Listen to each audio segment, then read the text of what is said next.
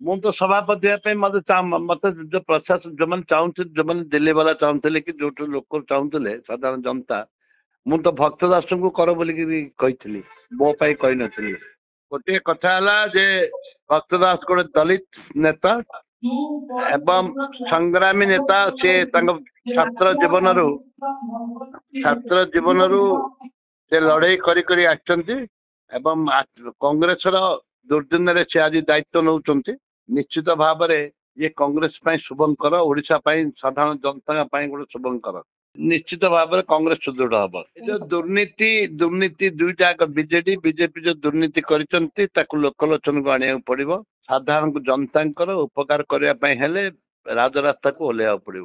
ମୁଁ ତ ସଭାପତି ହେବା ପାଇଁ ମତେ ଯୋଉ ପ୍ରଶାସନ ଯୋଉମାନେ ଚାହୁଁଥିଲେ, ଯୋଉମାନେ ଦିଲ୍ଲୀ ବାଲା ଚାହୁଁଥିଲେ କି ଯୋଉଠୁ ଲୋକ ଚାହୁଁଥିଲେ ସାଧାରଣ ଜନତା, ମୁଁ ତ ଭକ୍ତ ଦାସଙ୍କୁ କର ବୋଲିକି କହିଥିଲି, ମୋ ପାଇଁ କହିନଥିଲି। ମୁଁ ଭକ୍ତ ଦାସ ଆଗରୁ ବି କହିଛି, ଭକ୍ତ ଦାସ ପାଇଁ ମୁଁ କହିଥିଲି, ଏବେ ବି କହୁଛି, ମୁଁ ଭକ୍ତ ଦାସ ପାଇଁ କହିଥିଲି।